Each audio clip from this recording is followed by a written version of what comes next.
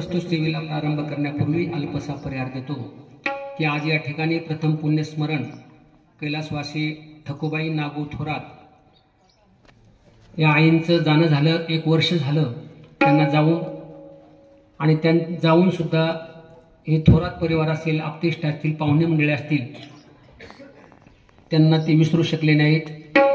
आणि त्यांचं आद्य कर्तव्यच आहे की आपल्या आईचं, आपल्या आजीचं म्हणा, सर्वांनी वर्ष श्राद्ध करणं, पुण्यस्मरण करणं, त्यांच्या ऋणातून उतराई होण्याचा हा थोरात परिवारांचा प्रयत्न आहे.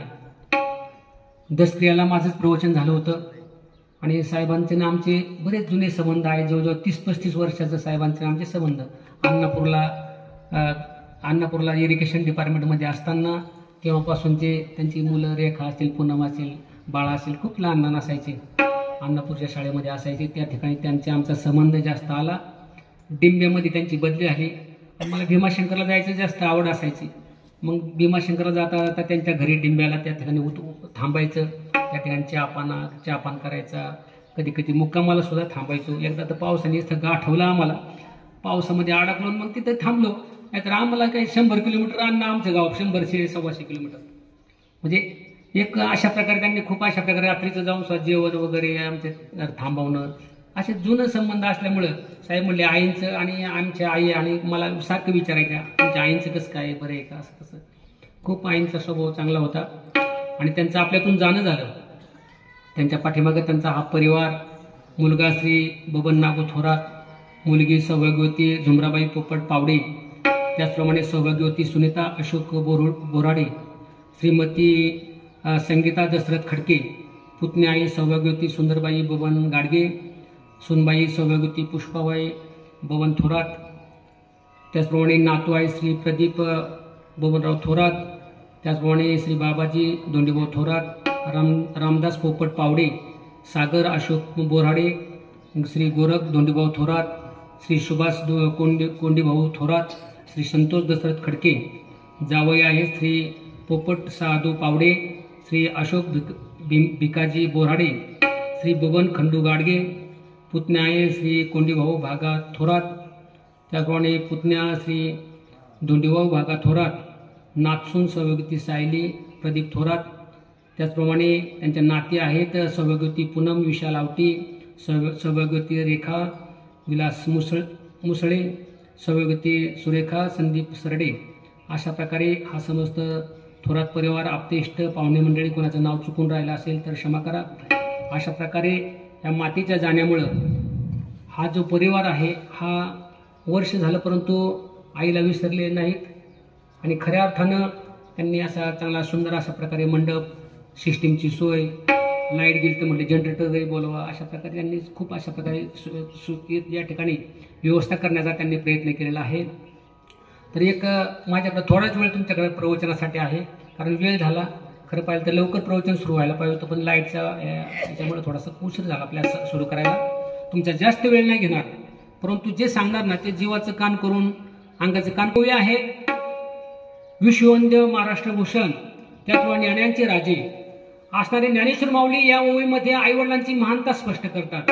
ते म्हणतात की किंबहुना धनुधरा, जो मातीची आहे उदरा, तो मातेचा सोयरा की तुला पा. जो आईच्या पोटी जन्म घेतो ना तो आपल्या मातेला किती प्रिय असतो. आईचं महत्व आणि माई लेकरांची जी त्या ठिकाणी जे संबंध आहेत ती माऊली या ओळीमध्ये विशद करतात. आता ज्ञानेश्वर माऊली ह्या शब्दामध्येच महानता आहे पा महाराज. ज्ञानदेव म्हटलं की ज्ञान म्हणजे ज्ञानोत्तम, न म्हणजे नरोत्तम, दे म्हणजे देवोत्तम, व म्हणजे वरोत्तम, हे ज्ञानदेव शब्दांचा अर्थ पा. आणि माऊली त्यांना का म्हणतात तर मा म्हणजे मानवता ज्यांनी आपल्याला शिकवली, ज्यांनी आपल्याला उदारता शिकवली, उ म्हणजे उदारता शिकवली, आणि ली म्हणजे लीनता ज्या माऊलींनी आपल्याला शिकवली त्यांचं ज्ञानेश्वर माऊली महाराज. आता उद्या आळंदीची यात्रा आहे, तुमची वारकरी महाराज या ठिकाणी दिंडी सोडून आली महाराज. आता आपल्या दर्शनात जावंच लागणार पाठीमागून, परंतु कार्यक्रम असल्यामुळं या ठिकाणी येणं भाग पडलं. माऊलींची, ज्ञानेश्वर माऊलींची आई वडिलांची, आईची आणि वडिलांची यांची एवढी त्यांची महानता आहे, आई वडिलांविषयी त्यांचं एवढं प्रेम आहे. परंतु या समाजानं माऊलींना आई वडिलांचं प्रेम नाही मिळू दिलं महाराज. आज लाखोच्या संख्येने नाही, कितीतरी भाविक त्या ठिकाणी आळंदीला जातात, त्या ठिकाणी माऊलींच्या समाधीवर दर्शन घेतात. त्या ठिकाणी दुधाचा काय, दह्याचा काय, तुपाचा काय, त्या ठिकाणी अभिषेक, मधाचा अभिषेक करतात. त्या माऊलींच्या समाधीवर हजारो लोक डोकं ठेवतात आणि सर्वांच्यावर माऊली कृपा करते.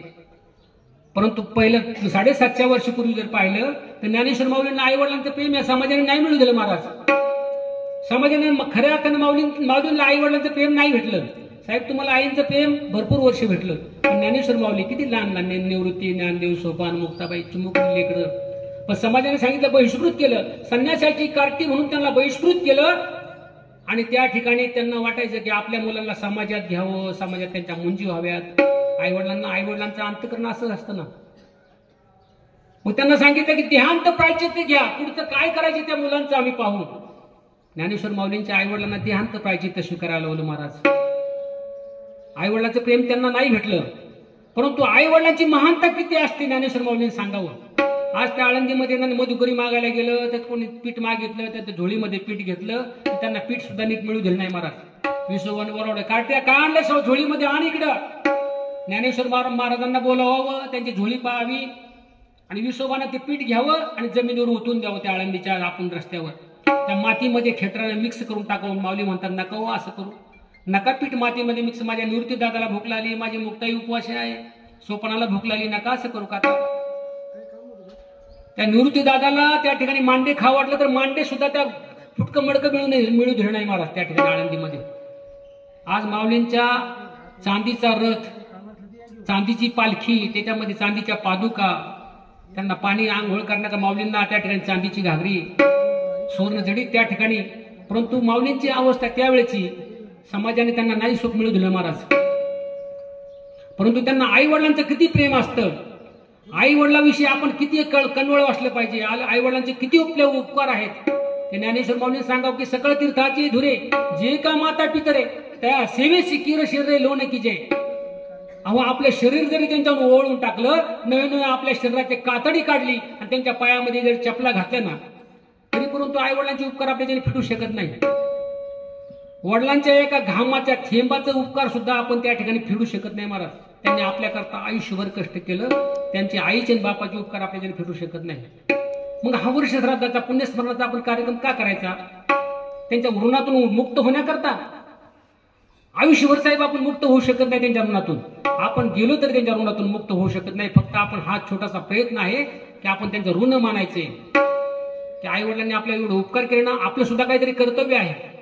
मग आपलं कर्तव्य काय? प्रवचनाचा काय फायदा, अन्नदानाचा काय फायदा? वर्ष श्राद्ध पुण्यस्मरण आपण जे करतो त्याच्यामध्ये आपण जे आता प्रवचन ठेवलं, काय त्या प्रवचनाचा फायदा? आई गेल्या निघून, जेवण ठेवलं, आता आई काय जेवणार आहे का असं म्हणणार ना काही माणसं.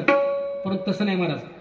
आपण जे त्या तिथीला ज्या तिथीला आपली आई गेले, आपले वडील गेले, त्या तिथीला आपण आपल्या मुलांचं कर्तव्य, त्यांचे त्या पवित्र तिथी अनेक सांगितल्या, परंतु मुलाकरता आई वडील ज्या दिवशी गेले ती दिवशी ती तिथी त्यांच्याकरता एकदम पुण्य आणि पवित्र असते. त्यांना पुण्य करण्याकरता त्या दिवशी अन्नदान करावं, त्या दिवशी नामस्मरण करावं, चिंतन करावं. कारण प्रवचन का ठेवायचं? कारण आपण पुण्यस्मरण वर्ष श्राद्ध करतो, ब्राह्मण बुवा आपल्या घरी बोलवतो आणि ब्राह्मणाने जो विधी केलेला आहे ब्राह्मण बुवाने, त्याच्यामध्ये आपल्याकडून काय अजाणतेपणे काही चुका घडलेल्या असतात. ब्राह्मण बुवा मंत्र म्हणत असतात, त्या ठिकाणी आपण कुंकवामध्ये हळदीमध्ये ते सांगतात अक्षदम समर्पयामी गंधम समर्पयामी, त्या ठिकाणी ते म्हणत असताना आपलं चुकून दुसरीकडे बोट लागलेलं असतं. आपल्याकडून काही अशा अजाणतेपणे चुका झालेल्या असतात. मग त्या ठिकाणी त्या चुका आपल्या दुरुस्त होण्याकरता प्रवचन असतं. रामकृष्ण नाम सर्वदोष हरण आणि जडजीवा तारण हरी एक. रामकृष्ण नामस्मरण केलं की त्या ठिकाणी सर्व त्या ठिकाणी दोषाचं हरण होतं. म्हणून रामस्मरण आणि त्या ठिकाणी प्रवचन असतं महाराज. बरं, अन्नदान केल्यानं त्या जीवात्म्याला काय फायदा होतो तुम्हाला थोडक्यात सांगेन. पंडूराजा वारल्यानंतर, पंडूराजा स्वर्गात गेल्यानंतर त्या ठिकाणी काय झालं, नारद महर्षी भ्रमण करत करत स्वर्गामध्ये गेले. आणि स्वर्गामध्ये गेल्यानंतर त्या ठिकाणी पंडूराजाला विचारलं, मी आता तिन्ही तळात भ्रमण करत असतो, तुमच्या मुलांना काही निरोप सांगायचा आहे का? मी आता पृथ्वीवर जाणार आहे. तर पंडूराजा म्हणाले, मी स्वर्गात आहे, माझ्या मुलाला सांग मी खुशाल आहे, परंतु माझी एक इथं अडचण आहे. काय म्हणले, मला इथून नरक दिसतोय, फक्त मला एवढंच पुण्य कमी पडतंय, मला इथून नरकात जे हालचाल ना लोकांचे ते मला पाहायला लागते, मला ते दिसू नये ही माझी भावना आहे, परंतु मला इथं पुण्य करता येत नाही. कारण स्वर्गामध्ये पुण्य करायला चान्स नाही. कारण पुण्य जर करायचं असेल तुम्हाला तर पृथ्वीवर जावं लागतं. स्वर्गीच्या अमर इच्छितादी देवा मृत्यूलोकी व्हावा जन्मामा. कशा करता? नारायण नामे होऊ जीवन मुक्त. इथे येऊन भगवंताचं नामस्मरण करावं लागतं, तिथं जाऊन काहीच करता येत नाही. तिथं फक्त निवांत राहायचं. आपलं जे पुण्य आहे ना, बँकेत जेवढे पैसे आहेत ना लाडक्या बहिणीचे आलेले तेवढेच खर्चायचे तिथे जाऊ. ते संपले ना मग संपलं, पासबुकातले पैसे संपले, संपला विषय तुमचा. जेवढं पुण्य करून गेलं ना तेवढंच आपल्याकडे करन्सी आपल्याला उपयोगात येते. भारतातला पैसा भारतात वापरता येतो, परदेश वापरायचं म्हणलं तर ते त्याची करन्सी बदलून घ्यावं लागते आपल्याला. आपण इंग्लंडमध्ये गेलो होते, तिथले आपल्याला डॉलर म्हणा काय असेल ते त्यांचे ते बदलून घ्यावं लागतं पैसे आपल्याला. तसं स्वर्गामध्ये इथलं काहीच चालत नाही ना.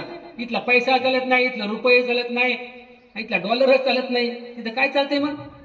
तिथं पण पैसे लागतात महाराज, पण तिथं संघ काही नेता येतं आपल्याला, काहीच नेता येत नाही. फक्त बरोबर घेऊन जाता येतं आपल्याला. आपल्याला पुण्य नावाचं ती करन्सी, पुण्य नामाचा पैसा आपल्याला घेऊन जाता येतो, तो खर्च करता येतो वरती जाऊन. तर पंडूराजा म्हणले मला सगळं करता येते, फक्त इथून मला ते नरक दिसतो तेवढा बंद करा.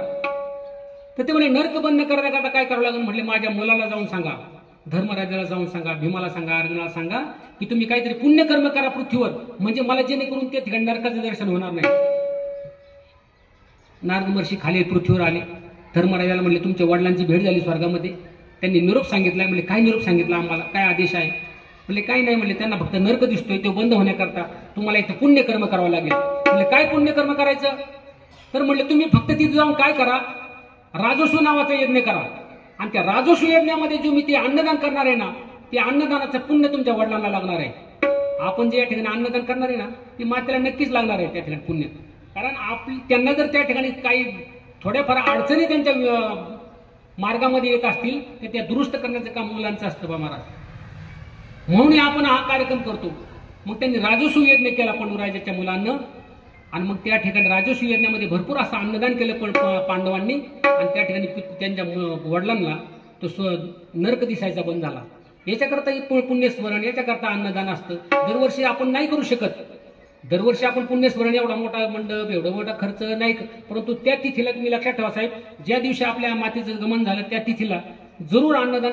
4-2 माणसं का होईना आपल्या घरामध्ये तुम्ही कायमचं तुमचं पुण्यकर्म चालूच आहे, तुम्हाला सांगण्याची गरज नाही तुमचं. कारण स्वामी समर्थ महाराजांचं तुमचं कायमची सेवा चालू आहे, भक्ती चालू आहे, अन्नदान तुमचं चालू आहे. परंतु ह्या तिथीला आपण न विसरता करत चला. बऱ्याच लोकांना कधी आई वडील वारली माहितीच नाही पडत, आणि कधी त्यांची तिथी असते हे माहिती नसतं.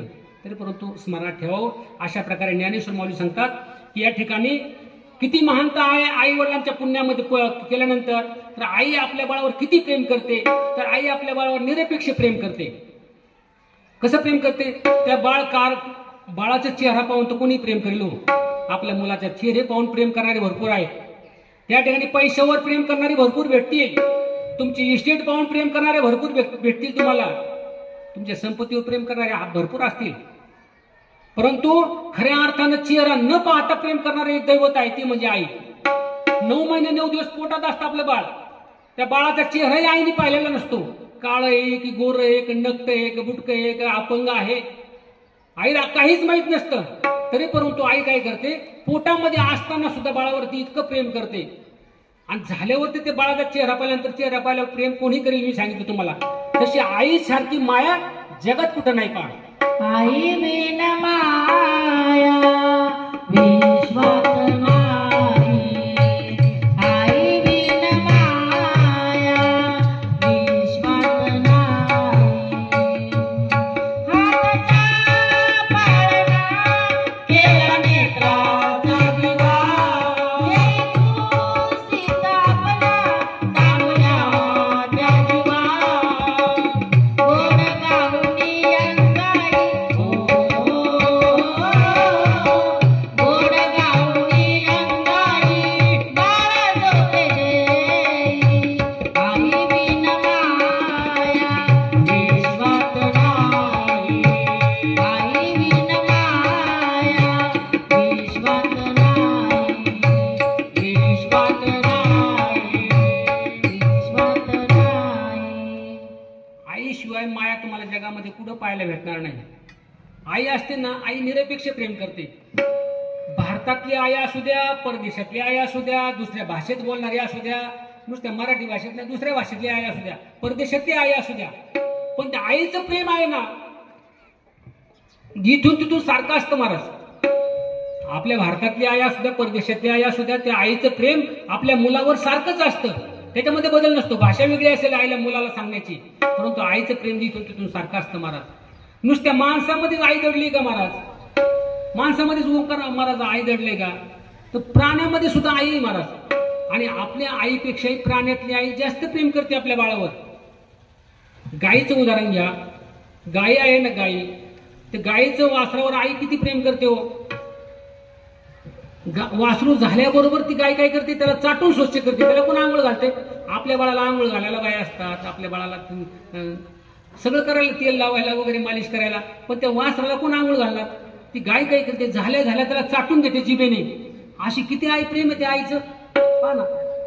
आणि त्या बाळाला दूध पाजण्याकरता ज्यावेळेस दूध काढणारा असतो ना आपल्या गवळी, बरं का, चांगले महाराज, गायीचं तुमच्याकडे भरपूर गाय आहे त्यामुळे सांगतो, गायांचं दूध काढण्याकरता एकदा बसला ना, तर गाय काय करते, गवळी बाबा काय मागचा पुढचा विचार नाही करते, हे सगळं दूध काढून घेतात गायीचं.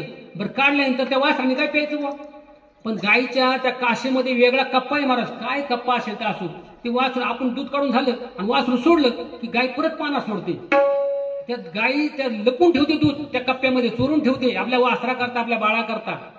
काय त्या गायीचा कप्पा आहे महाराज तो दूध ठेवण्याचा. किती दूध काढा तुम्ही, ती गाय ठेवणार आपल्या बाळा करता. एकाने काय केलं माहिती का महाराज, रानातून गाय आली, गावरान गायची सांगतो, जर्सीचं नाही सांगत आता, गावरान गाय असते. रानातून कळपातून एकदा का गाय घरी पळत आल्या ना, गायचं वासरू, ज्या गायीला वासरू ना ती कशी ओळखायची माहिती का? ती सगळ्यात माग असते ना. अहो, ती वासरा ज्याला वासरू झाले ना, बाळ घरी बांधलेलं तिचं, तर ती गाय सगळ्यात पुढं असते, हंबरत चालते, कान असे पुढं असतात आणि ती गाय हंबरत हंबरत पुढं चालते, सगळ्यांच्या पुढं असते. माझ्या बाळाला मग ती कधी कधी भेटेल. आणि ते मालक काय करतो, गाय आल्या आल्या लगेच कासऱ्याने लगेच ते वासरू सुटलेलं असते, त्याला लगेच बांधून ठेवणार. त्या गायीला इथे बांधणार. आता दोघांची ओढ चालली असते, ते वासरू सारखं गायीकडे पिण्याकरता ओढत असतं. आणि ती गाय त्याला वाटतं कधी माझ्या कासेला लागते, बाळ दिवसभर उपवाशी माझं बाळ, त्याला दिवसभर काय पाणी आहे का, कोणी पाजले काय बाटलीतलं दूध, त्याने दिवसभर उपवाशी ना, माझ्या बाळाला भूक लागली असेल म्हणून ती गाय त्याच्या करते. याने काय केलं, रोज काय करायचं, थोडं वासरू सोडायचं आणि मग धार काढायला बसायचा. पण एक दिवस काय प्रयोग केला, एक दिवस म्हणला थांबा, गाय रानातून आल्या आल्या बादली घेतली आणि गाय खाली धार काढण्याकरता बसला. बसल्याबरोबर एक दोन धारा काढल्या, गायने एका फटक्या सरची त्याची बादली एकीकडं आणि ती एकीकडं, बरं का, एक बचाळ शेणात आणि एक बचाळ गायच्या शिंगात पडलं होताना. मोबाईल एकीकडे पडलेला, हे एकीकडे पडले टांगड्यावर करून. त्याला विचारलं, म्हणजे काय झालं बाबा? म्हणले कसं काय पडला? काय नाही म्हणला, प्रयोग केला. म्हणजे कसला प्रयोग केला? म्हणजे प्रयोग केला म्हणलं, गायचं वासरू न सोडता धार काढता येते का पाहिलं? नाही जमत म्हणलं. कशी काढून देईन ती गाय? कारण गाय आपल्या बाळावर इतकं पहिले त्याला दोन घोटकं ना त्या वासराला पाजायचं असतं महाराज, ठीक नाही. एकदा गाय आली रानातून का वासरू पळत जातं गायीकडं आणि चुरू चुरू चुरू चुरू तिच्या शिंगाला प्यात आहे नाही. तुम्ही ध्यान देऊन ऐका बरं, मी काही सांगाल तुम्हाला. पळत आलं का त्या कासाला लागतं आणि ते गाय चुटू चुटू त्या कासाला पितं महाराज. किती दूध पितं महाराज मस्तपैकी, नाही. परंतु एक कवी सांगतो, माझी आई देवा घरी गेली, माझी आई देवा घरी गेली, मला माझ्या आईची खूप आठवण येते. पण ती गाई एकदा वासराला पाजत असताना ती त्याला चाटत असते आणि त्याला पाजत असते. त्या पाजत असताना ती वासरू गायला पित असताना मला माझ्या आईची आठवण येते. मी पण लहान असताना असंच आईला पित असेल ना माझ्या, असंच माझ्या आईला पित असेल. कसा त्या कवीला आठवण येते, हंबरून वासराने, हंबरून वासराने चाटत जेव्हा गाय, तवा मध्ये तिच्यामध्ये दिसती माझी माय, दिसती माझी माय, दिसती माझी माय. कण्यात जायला माय जाय राणी, पायात न देवा नदीला जाय रामवाणी. काट्या कुट्या, काट्या कुट्या, काट्या कुट्या चालताना आपण पाय.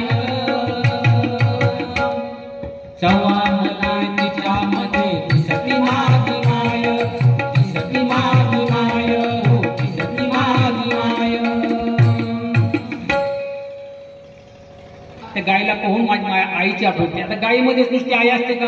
अहो, प्रत्येक प्राण्यामध्ये आई दडली महाराज, प्रत्येक प्राण्यामध्ये आई दडलेली आहे. घार इंडे ते आकाशी, चित्ते तिचे तिला पाशी. पक्षी म्हणते बाळाला, त्या पिलांना सांगते घरट्यातल्या, त्या बाळांना मला आता चारा आणण्याकरता. आपल्या घरामध्ये भरपूर धान्य असतं, सगळं असतं आपल्या घरात, पण पक्षीच्या कोट्यामध्ये काय धान्य सापडलं का तुम्हाला मुठभर कधी? नाही सापडत. कारण ती पक्षी काय करतात, आजच्या दिवस पाहिले ना, आजच्या उद्याची काळजी उद्या. माणसालाच हाऊस सुटली महाराज एवढी, 7 पिढ्याचं कमवून ठेवतो महाराज, इतकं कमवतो. त्याला वाटतं पुढच्या पिढीला काय हातपाय नसणार का, ते अपंग असणार. इतकी चिंता करतो पैशाची, इतकी काळजी करतो, एवढं संचय करतो, एवढं सोनं घेतो, एवढं जमीन जोडतो, बंगले बांधते मोकार. आणि ती पुढं मुलं काय करतात, म्हातारपण हे आल्यावरती, हो म्हातारपण हे आल्यावरती कशी किमया झाली, पंख फुटल्यावर सारी पाखर भुरभर उडून गेली, कशी आज पोर आई बापाला विसरली, कशी आज पोर आई बापाला विसरली, कशी आज पोर आई बापाला विसरली. कोणी साहेब झाला मोठा, कमवे तो भलता तोटा, कोणी साहेब झाला मोठा, कमवे तो भलता तोटा, वेळेवर अन्न देई आता आई बापाचा तोटा, आई बापाचा पोटा, आई बापाचा पोटा. हो भीक मागाया आई बापाने, हो भीक मागाया आई बापाने, आई फसली, फक्त फुटल्यावर काय बापर, फरकत उडून गेली, हल्ली पोर आई बापाला विसरली, कशी आज पोर आई बापाला विसरली, कशी आज पोर आई बापाला विसरली. काय करू आसून दोन कन्या, नांदाया गेल्या चिमण्या, काय करू आसून दोन कन्या, नांदाया गेल्या चिमण्या, उठवे दादा वरचे एकीच्या गावागाण्या, एकीच्या गावागाण्या, एकीच्या गावागाण्या. हो जागेवरती मरून पडावे, हो जागेवरती मरून पडावे, एकच इच्छा उरली, पंख फुटल्यावर सारी पाखर पंखानं उडून गेली, हल्ली नाही पोर आई बापाला विसरली, हल्लीची पोर आई बापाला विसरली, हल्लीची पोर आई बापाला विसरली. प्रवचन इथे करत असतात महाराज. प्रवचन कशा करत असतात, आजकाल मुलांनी आपल्या आईवडिलांचं ऋण लक्षात घेतलं पाहिजे. त्यांनी आपल्याला किती उपकार केले, लहानाचं मोठं करत असताना आपल्याला किती त्यांनी काबड कष्ट केले. 0 मिनिटात आपण त्यांना विसरून जातो, ठीक नाही. मी काल मोबाईलला माझ्या टाकलं होतं की कुणाचा मुलगा कोणी चोरू नये. एखाद्या वृद्ध माता पित्यांनी त्यांच्या मुलाला लहानाचं मोठं केलं असतं आणि लहानाचं मोठं करून त्याला शिक्षण दिलं, त्याचं लग्न केलं, आणि बायकोने 1-2 दिवस यायचं आणि त्याला खुशाल चोरून न्यायचं. असं नाही करायचं कधी. एखाद्याची संपत्ती, एखाद्याची धन हिरवल्यासारखं होतं महाराज. ते आयुष्यभर काबड कष्ट करायचं आणि आपला एखाद्याचा मुलगा. आपण आमच्या मुलीला मी सांगत राहतो महाराज, मुलींना प्रवचन केल्यानंतर मी प्रवचन घरी जास्त करतो, गाव बाहेर जा कमी करतो. मुलीला सांगितलं तुमचे सासू आणि सासरे, आजपर्यंत आम्ही आईबाप होतो, आता तुझे आईबाप तुझे सासून सासरे, त्यांना जीव लावायचं, तू त्यांना पाहायचं, त्यांना हाव नको. त्यांची मुलांना त्यांनी लहानाचं मोठं केलंय, त्यांना सांभाळलंय. त्यांच्याकडून काही चुकलं असेल तर ते तिथं सोडून द्यायचं, परंतु त्यांच्या आईवडिलांना जास्त जपायचं, हे महत्वाचं आहे. तू त्यांच्या आईवडिलांना जपलं ना, तुला फुलासारखं झेलतील, तुला फुलासारखं जीव लावतील. पण मुलाच्या आईवडिलांना जपलं पाहिजे महाराज. आपण आईवडिलांनी संस्कार केलं पाहिजे.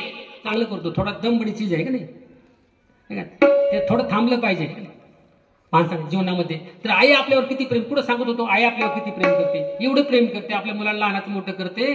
त्यांचं आई वडिलांचा उपकार आपण विसरून चालत नाही महाराज. प्राण्यामध्ये जशी आई असते ना, तशी घारीमध्ये पक्ष्यामध्ये सुद्धा आई असते. ते साठवून ठेवत नाही, परंतु दररोज चारा आणायला जाते.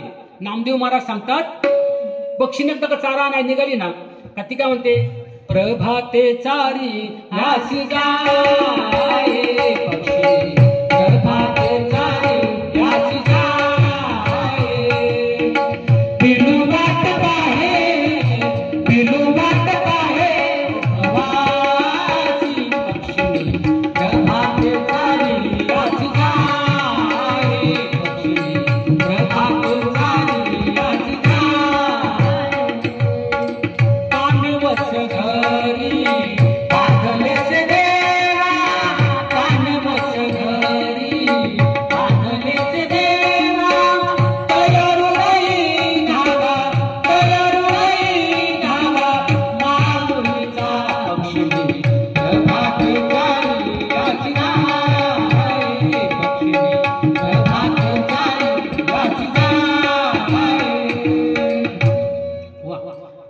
महाराज एक नंबर वाजवायला. ओंकार महाराज असल्यानंतर तबला, जसं मी बोलतो तसे शब्द निघणार महाराज.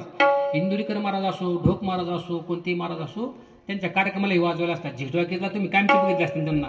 परंतु आज एवढा मोठा कलाकार आपल्याला सापडणं आणि त्यांना ओंकार जर मिळाले ना मग नक्की येणार साहेब. ओंकार महाराज मला भेटले, काही विशेष नाही करायला. त्यांनी मला त्यांच्या गाडीत आणलंय बी आणि घरी घेऊन जाणार बी, ठीक नाही, सुखरूप एकदम. आणि वाजवायला कलाकार, एवढा मोठा कलाकार भेटल्यानंतर आपल्याला काय काळजी महाराज. चाली अशा मस्तपैकी पक्षीने असते, ती आपल्या बाळाला चारा आणण्याकरता जाते, परंतु ती चारा आणून येते आणि त्या बाळाला चोचीमध्ये भरवते. आपले आईवडील सुद्धा काबड कष्ट करतात, काबड बाप असतो, स्वतःच्या पोटाला काही खात नाही, परंतु ढसाड भोगला येईल तर ढसाढाचा पाणी पितो, परंतु आपल्या बाळांना घरी काहीतरी खायला घेऊन जातो. विसरू नको रे आई बापाला, जिजवली त्यांनी काया, काया जिजून धरली सुखाची माया रे वेड्या.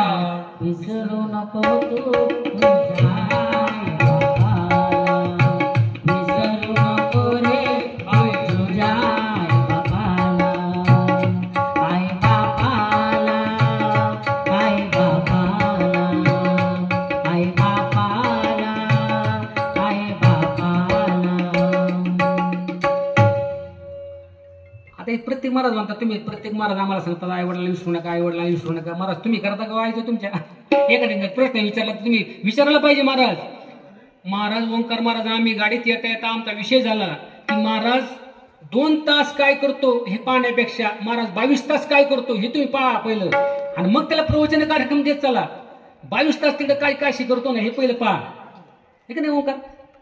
कारण महाराज एकदा प्रवचनापुरता छान छान वाटतो, पण प्रवचन झाल्यानंतर काय कुठाने करतो बाहेर हे पहिलं बघा, त्याचं अगदी हिस्ट्री तपासा, मग त्याला प्रवचनाला बसवा. महाराज आई बापा सांगतो, मग आई बापा सेवा करतो का? 4 वर्ष झाले साहेबांना माहिती आहे, आईला माझ्या 4 वर्ष झाले पॅरलेस झालेला आहे. पॅरलेस झाल्यानंतर आईला स्वतः मी त्या ठिकाणी आईला टॉयलेटला नेतो, तिला आंघोळ घालतो, तिचं सगळं करतो. आता सगळं करून चालू आहे महाराज. माझ्या हात साबणाचे असते, तिथं साबण लागलेला बराच असतो, कारण आईचं करता करताना मी स्वतःकडे पाहत नाही. मी केस निघला, मुंगी निघली तरी खाणारा न माणूस, ताटात काही निघलं नसतं, मुंगी निघली तरी खात नसायचो. पण आईचं सगळं टॉयलेट सगळं करतो, पण किळस अजिबात करत नाही महाराज. त्याच हाताने जेवणार. ते म्हणतात हँडग्लोव्ह घाला, काय गरज आहे? अरे आई आपण लहान असताना आईने हँडग्लोव्ह घातला होता काय? आपण ज्यावेळेस आई जेवता जेवता उठली ना ताटावरून, आपली शी धुवायला आपली आई उठली असेल ना, लहान 5 वर्षाचा असताना आपल्याला काय आपल्याला कळत होतं? आई आणि आपलं केलं, मग आपलं 4 वर्ष आपण आईचं केलं तर काय बिघडलं? त्यांच्या वेळ आली, त्यांना आता आज पॅरलेस होऊन जागेवर पडले, त्यामुळे करणं भाग आहे. सगळं आईचं करतो. विनी सगळं माझा एक युट्यूबला चॅनल आहे, युट्यूबला माझी शूटिंग टाकलेली महाराज पहा, आपली संस्कृती आपला इतिहास. त्याला आईची मी सेवा कशी करू हे म्हणले, मी सेवा करत होतो, हे मुक्कामाला आले, त्यांना म्हणलं शूटिंग नका करू महाराज माझी. नाही म्हणले, तुम्ही जे करता ते पुढच्या पिढीला लोकांना दिसू द्या, लोक स्वतः तुमचं अनुकरण करतील. म्हणून त्यांनी माझ्या युट्यूब चॅनलला काय केलं, आईची सेवा करताना एक गीतही सुंदर टाकलं. कोणतं गीत महाराज? ते पुंडलिकाची सेवा पुंडलिकाची सेवेचं एक गीत टाकलं, आणि त्यांनी ते माझी आईची सेवा करताना, वेणी घालताना सगळं रोज करतो. ते युट्यूबला नाही टाकत, काही गरज नव्हती यांना टाकण्याची, पण आपलं कर्तव्य ना ते करणं.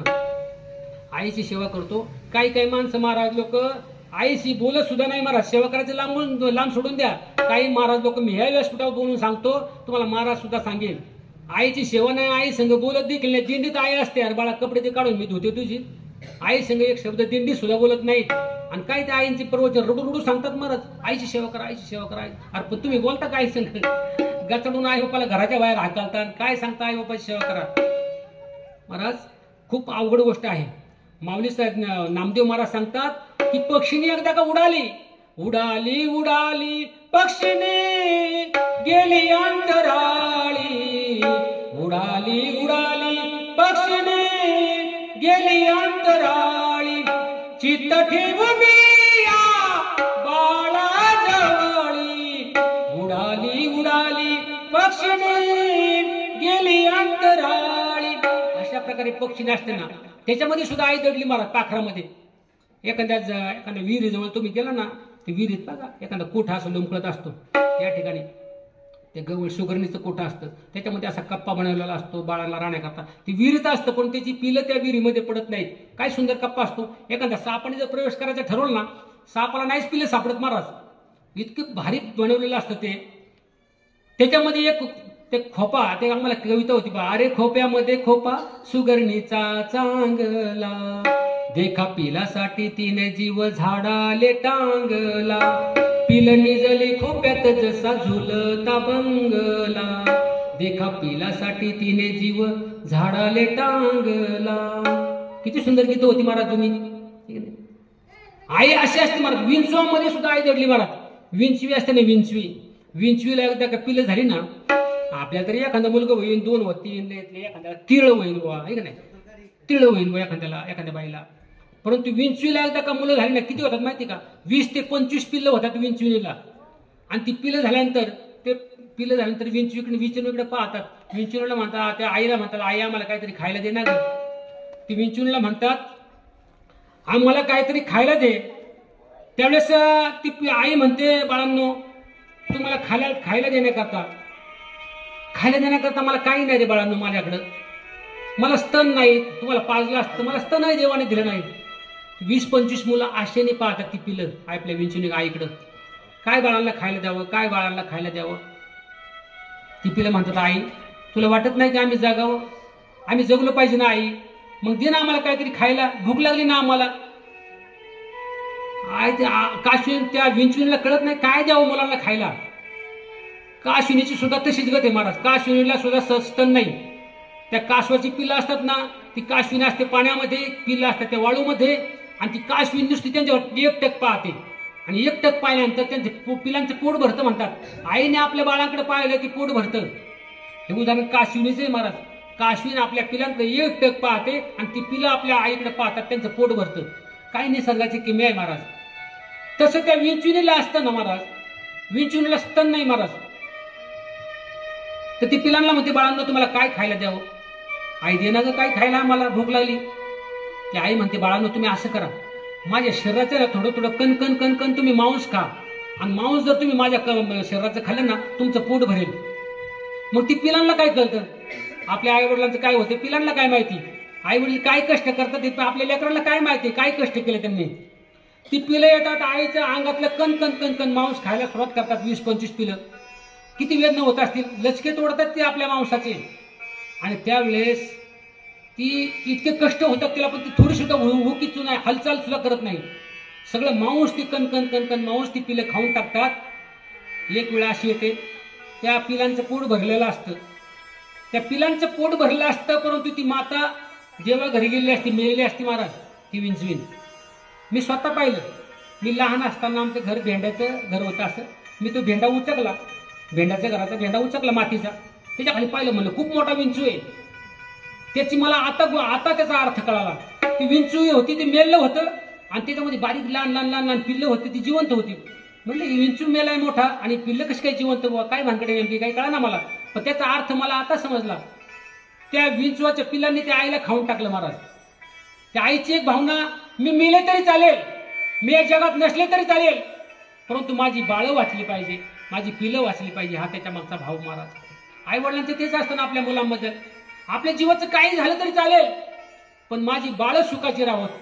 नाही का मला पाहना ना, मला फोन करीना, मला फोन नाही केला तरी चालेल, पण जिथं माझी मुलं आहेत ना, त्या ठिकाणी ती सुखाची राहोत, हीच त्या आईची अपेक्षा असते महाराज. मुलाकडून काय द्यावं मुलांनी आपल्याला, हे अजिबात अपेक्षा नसते महाराज. निरपेक्ष प्रेम करणारं दैवत आहे महाराज. प्रत्येक जण अपेक्षेने प्रेम करणारी माणसं तुमच्या जवळ येतील. मला तुमच्यापासून काहीतरी फायदा होईल ह्या अपेक्षेने मी तुमच्यावर प्रेम करील. परंतु आई जगामध्ये आणि बाप असे जीवनामध्ये जगामध्ये दैवत आहेत, निरपेक्ष आपल्या मुलावर प्रेम करतात, काहीची अपेक्षा करत नाही महाराज. आपला उलट आपल्या प्राणाचं बलिदान त्यांच्याकरता करतात. ते विंचवीचं उदाहरण तुमच्या याच्याकरता मी मांडलं महाराज.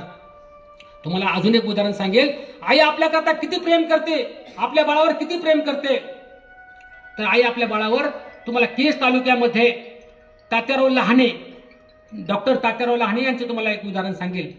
डॉक्टर तात्याराव लहाने हे बीड जिल्ह्यामध्ये केस तालुक्यामध्ये त्यांच्या एका गरीब शेतकरी कुटुंबामध्ये जन्म झाला. डॉक्टर तात्याराव लहाने यांना ओळखत नाही असा माणूस मला वाटतं सापडणार नाही सुशिक्षित माणसं तरी. कारण ते नेत्ररोग तज्ञ जे हॉस्पिटलला, त्यांनी जवळजवळ 1,41,000 लोकांची विनामूल्य ऑपरेशन डोळ्याची केली. एवढी ऑपरेशन केली की त्यांना एकालाही अंधत्व आलं नाही, की एकाचीही दृष्टी गेली नाही. आणि स्वतःचा पगार जे हॉस्पिटलला डीनचं काम करत होते पगार झाला की एखाद्या जायला खर्च नसेल ना साहेब, तो स्वतःच्या खिशात हात घालायचे, धर तुला खर्ची, मग स्वतःचे पैसे त्याला द्यायचे. मग भारत सरकारने 2008 साली त्यांना पद्मविभूषण असा पुरस्कार दिला आणि त्यांचा सन्मान केला.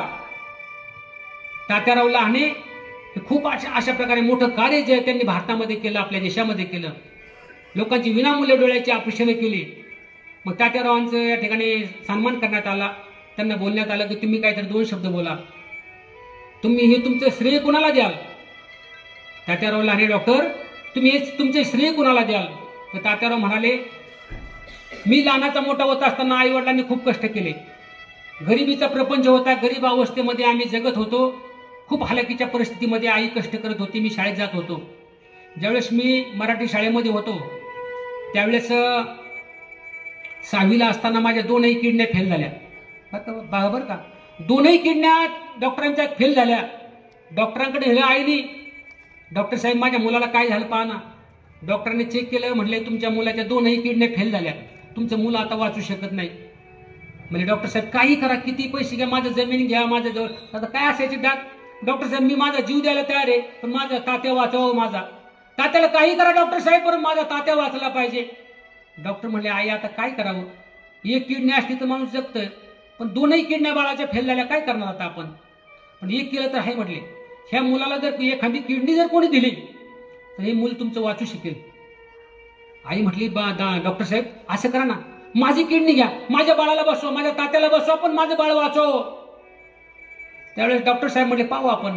त्यांनी चेक वगैरे केलं आईंना, की आईंची किडनी चेक केली, बाळाची किडनी चेक केली आणि त्यांना सांगितलं तुमची किडनी मॅच होते, बाळाला तुमची किडनी दिली तर चालेल, पण तुम्हाला एक किडनीवर राहावं लागेल. डॉक्टर साहेब असं करा, माझी एक किडनी जर बसली नाही ना तात्याला, माझी दुसरी सुद्धा घ्या. अहो तुम्ही मारताल मग. ती म्हणली मी मेले तरी चालेल डॉक्टर साहेब, पण माझा तात्या वाचवा, काही करून माझ्या 2ही किडन्या घ्या, पण माझ्या तात्याला वाचवा. पहा आईचं प्रेम, स्वतः मरायला तयार होते पण आपल्या मुलाला वाचवण्याचा प्रयत्न करत असते आई ती. डॉक्टरांनी ऑपरेशन थिएटरमध्ये नेलं, त्यांना गोळीचे इंजेक्शन दिलं, ऑपरेशन सक्सेस झालं. तात्यांना किडनी बसवली, डॉक्टरांना किडनी बसवली आणि किडनी बसवल्यानंतर सुंदर अशा प्रकारे पुन्हा शिक्षण चालू केलं. आईने कष्ट करावं, त्यांना शिकवावं, शिक्षण करून त्यांना काबाड कष्ट करून शिक्षण दिलं आणि डॉक्टर बनवलं. डोळ्याचे नेत्ररोग तज्ञ झाले आणि त्यांनी अशा प्रकारे कार्य समाजामध्ये केलं. आणि ते भाषणामध्ये म्हणत होते की आई आपल्याला एकदाच जन्म देते, प्रत्येकाला आई एकदाच जन्म देते, पण माझ्या आईने मला 2दा जन्म दिला. एकदा आईने पोटातून जन्म दिला आणि दुसऱ्यांदा 6वीत असताना मला आईने स्वतःची किडनी दिली आणि मला आईने वाचवलं. हा दुसऱ्यांदा मला जन्म दिला आईने.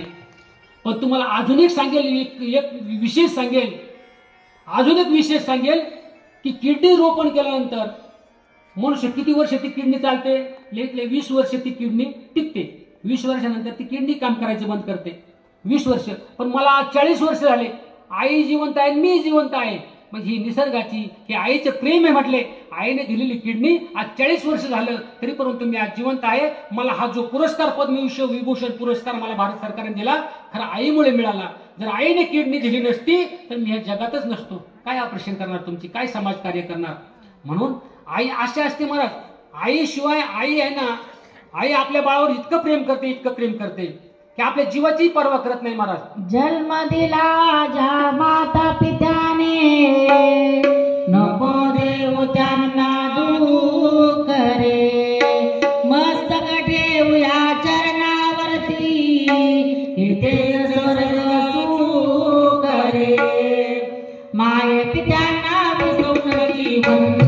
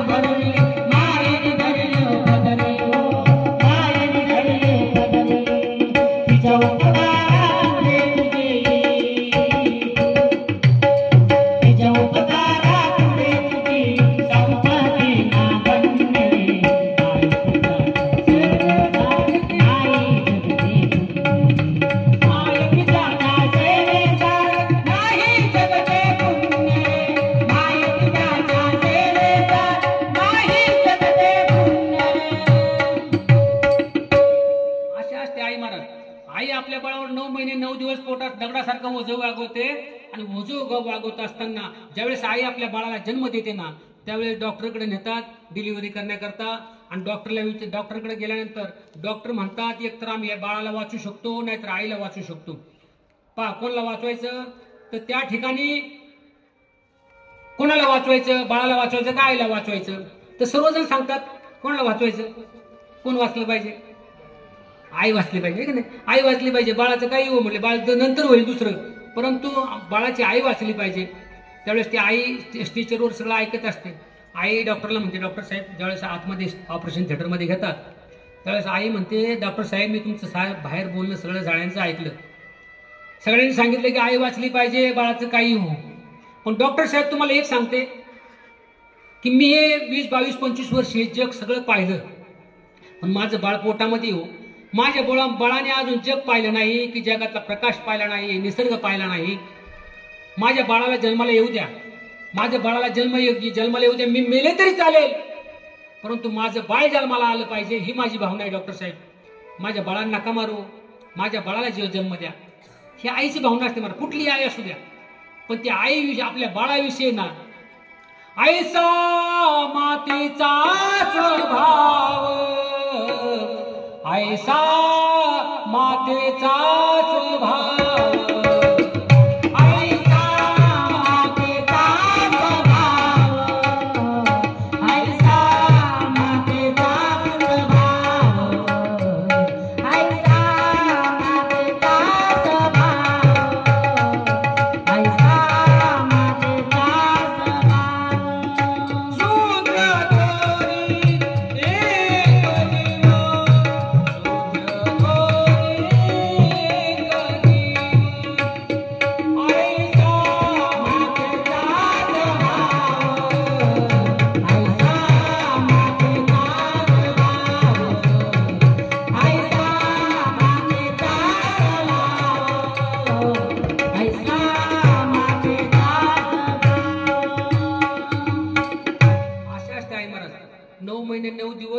रक्ताचं 2 थेंबाचं बलिदान देते तेव्हा 1 दुधाचा थेंब म्हणतो. एवढं जर लक्षात राहील तरी बस झालं महाराज. आईने आपल्याला लहानपणी दूध पाजलं बरं का. आईने आपल्याला दूध पाजलं एवढं जरी विसरलं नाही ना तरी चालेल महाराज. कारण आईच्या दुधाची किंमत आपल्याला कशाचीच किंमत त्याला मोजता येणार नाही महाराज. आईच्या दुधाची इतकी किंमत आहे महाराज. आई आपल्या बाळाला दूध पाजते. एक मुलगा म्हणला काय उपकार केले आईने माझ्या एवढे. आईला म्हटलं आई दूध पाजायचं म्हणजे काय उपकार केले का. काय लिटर प्रमाणे हिशोब असेल ते घेऊन टाक म्हटला. डबल टिबल नाही हिशोब घे. काय हिशोब असेल म्हटलं काय ते दूध किती लिटर पिलं असेल सांगता आईचे दुधाचे उपकार, आईचे दुधाचे उपकार. आणि तुला जर जर्सीचं दूध पाजलं असतं झाल्या तर ते आउटलेट झालं असतं लगेच तुला जागताच आलं नसतं महाराज. जर्सी दूध अवघड जगता येऊ महाराज. गाईचं दूध आईचं दूध किती प्रिय असतं महाराज. तो बाळ होता ताना पाजून तुला पाना, तो बाळ होता ताना पाजून तुला पाना, तुझ्यासाठी झिजली काया नको विसरू त्या माऊलीची माया, नको विसरू त्या माऊलीची माया, नको विसरू त्या माऊलीची माया. तुझी आऊगात तिने भरली आघात, तुझ्यासाठी तिने केले उपवास, तुझं सोनं नाणं नाही देणं देणं, तुझं सोनं नाणं नाही देणं देणं, शिरावरती ममतेची छाया रे, नको विसरू त्या माऊलीची माया, नको विसरू त्या माऊलीची माया, नको विसरू त्या माऊलीची माया. नको विसरू त्या माऊलीची माया. माऊली शब्द आला महाराज. आई माऊली जननी. आईला पर्याय शब्द किती महाराज. आई जर पाहिलं ना आई जर हा शब्द घेतला तर आपण आपल्या आईला आईच म्हणतो ना आपल्या महाराष्ट्रामध्ये. पण आई हा शब्द आहे ना खरं सांगतो तुम्हाला हा महाराष्ट्र भाषेतला नाहीच आहे. मराठी भाषेतला शब्द तुम्हाला महाराज तुम्ही वेगळंच सांगायला लागले. मराठी आई हा शब्द मराठी भाषेतला नाहीच मुळात. हा तेलुगू भाषेतून आपण उष्णा घेतलेला शब्द आहे आई. आईला खरा शब्द महाराष्ट्रातला कोणता असेल हो? आता मग अंगात घातले याला काय म्हणायचं तुम्ही आता. याला काय म्हणतात तुम्ही? शर्ट म्हणाला काय. शर्ट आपल्या भाषेतलाच नाही शब्द. काय शब्द याला बोलायला काय शब्द आहे? बंडी म्हणाल तुम्ही, कुर्ता म्हणाल, हे शब्द आपल्या भाषेतले नाहीच मिळत. कोणता शब्द आहे आपल्याला याला खरा शब्द? तर आपण मराठी भाषा विसरलो महाराज. आपल्या इंग्लिशच्या जमान्यामध्ये कोणता सदरा आपल्या भाषेतला पारशी मराठी पारशी शब्दातला आपल्या भाषेतला शब्दच नाही तो मराठी भाषेतला. आपण मराठी शब्द इतके विसरलो ते मोबाईलवर बोलताना सुद्धा हॅलो म्हणून सुरुवात करतो आपण. हॅलो, आता हॅलो काय मराठी आहे का? त्याचा अर्थ तरी काय होतो? मी सुद्धा हॅलोच म्हणतो. आता मैत्री काय करू बा, सगळीच म्हणतात हॅलो तर मी हॅलो.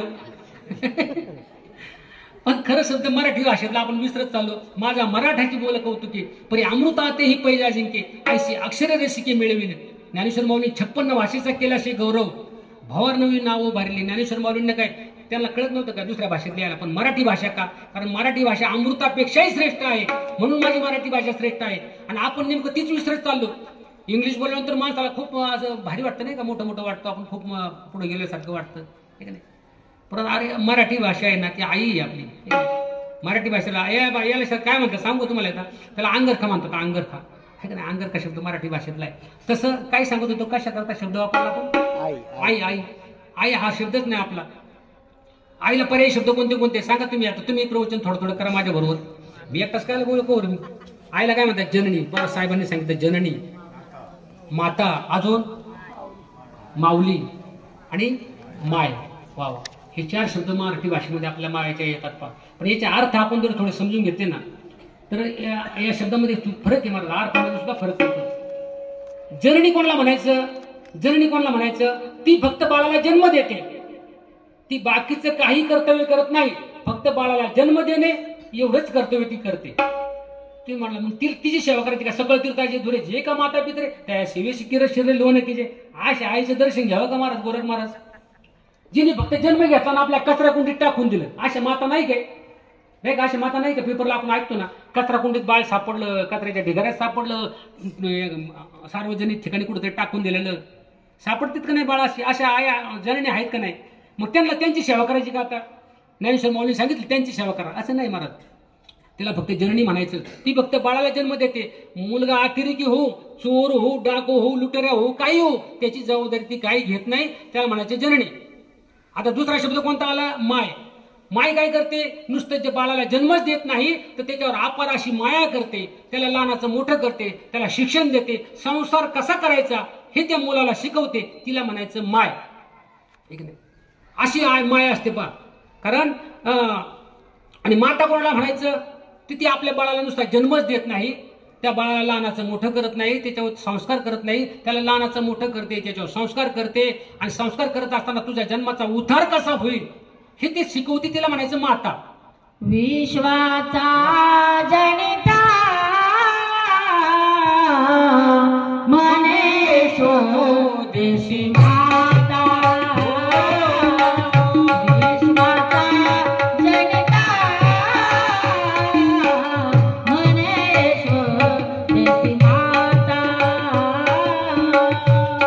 आईचा भक्ता कांतीत, आईचा भक्ता कांतीत, लागे कैसी लागे प्रीत, लागे कैसी लागे प्रीत. विश्वाचा जनिता म्हणे स्वदेशी माता. विश्वाचा जनिता म्हणे स्वदेशी माता. नाही सुद्धा माहिती माझे अचडे बचडे चकुडे ग राधे रुपुडे पांघरू घाले ती कुचडे. हरी माझा गे सावळा, हरी माझा गे सावळा, करती भुवनाचा घोंगटा, करती भुवनाचा घोंगटा. जोगाना देवी भुवनी, जोगाना देवी भुवनी. माझे अचडे बचडे चकुडे ग राधे रुपुडे पांघरू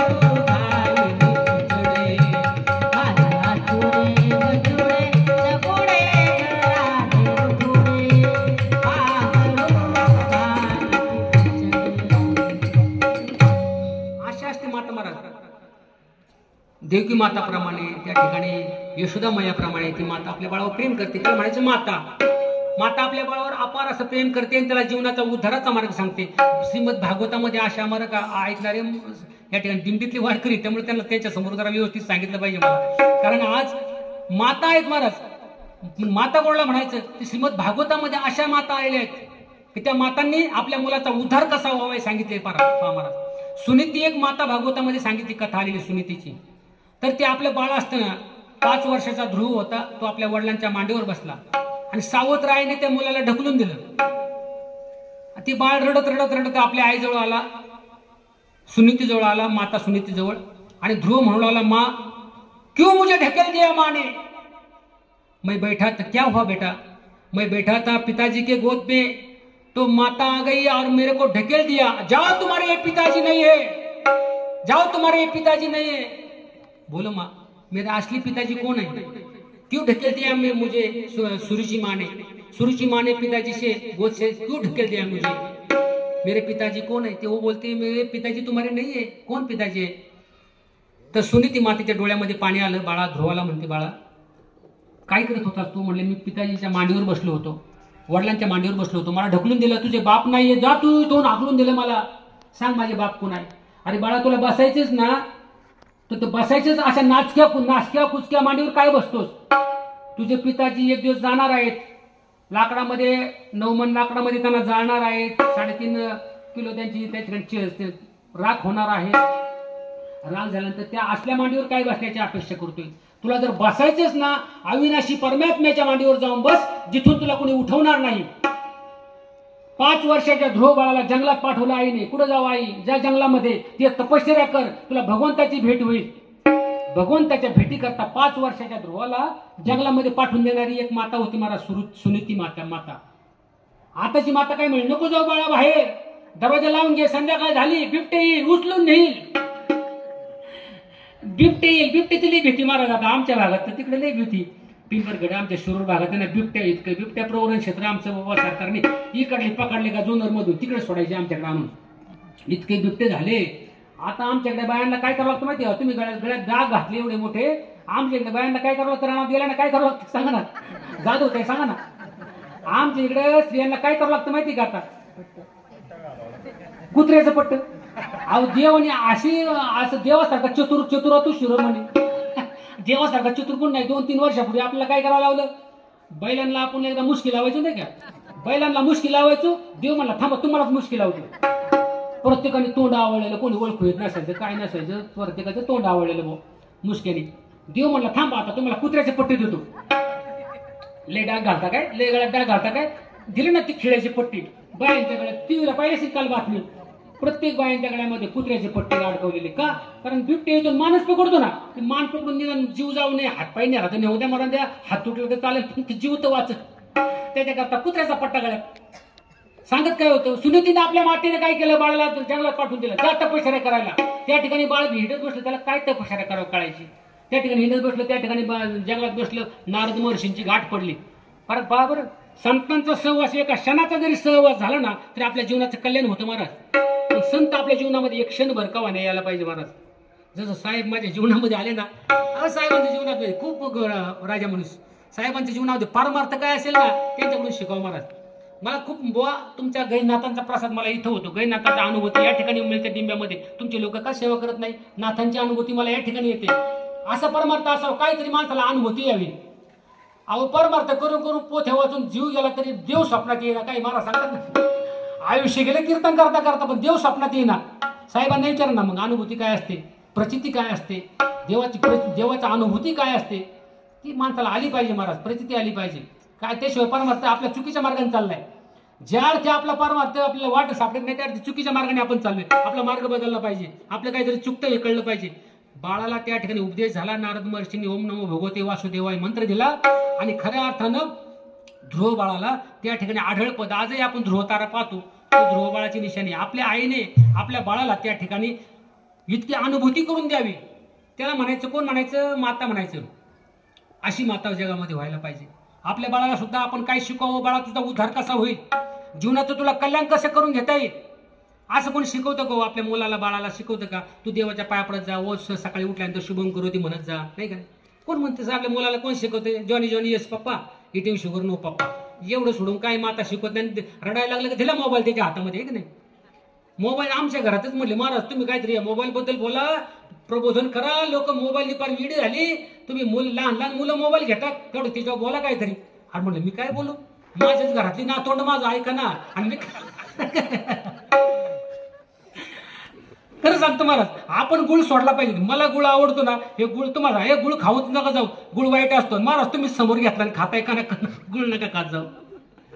मी गुटखा जर खाल्ला तोंडात टाकला आणि मी सांगितलं गुटखा खाऊ नये, गुटखा खूप वाईट असतो, आणि मी तोंडात तोवर भरायचा आणि सांगायच्या जगाला खाऊ नका गुटखा, वाईट असतो, कॅन्सर होतो. आमच्या इथे एक महिन्यानी तंबाखू लावून, तंबाखूला खाऊ नये, मिसरी लावू नका महाराज, कॅन्सरचं आमंत्रण. भलेवाल्यांचे ऑपरेशन झाले महाराज, आमचा तबल जे होत आहे जावं लागलं महाराज कॅन्सर. खाऊच नका, वाईट व्यसन करू नका. आणि ती मोबाईलची सवय पहिली मोडून टाका. आमच्या घरात सुद्धा मी प्रयत्न केला, मुलांचं मोबाईल सोडलं होतं, पण आजीला काम नाही ना आईला काम नाही. रडायला खाता खाता मोबाईल दिलं का ते बघत बसतं कवर त्या बारीक बारीक क्लिपा का खाते ते एक एक घास, काय त्या घासाला अंगी लागत नाही, काहीच नाही. कितीही खाल्लं तरी ते खालून निघून जाते. काय ते मुलांना फायदा आहे त्याचा खाल्लं तर, कारण खाताना ते अन्न रस आपल्या तोंडात उतरायला पाहिजे ना. आपण टीव्ही पाहता पाहता काय काय जेवतात, त्या अन्नाचा अपमान आहे.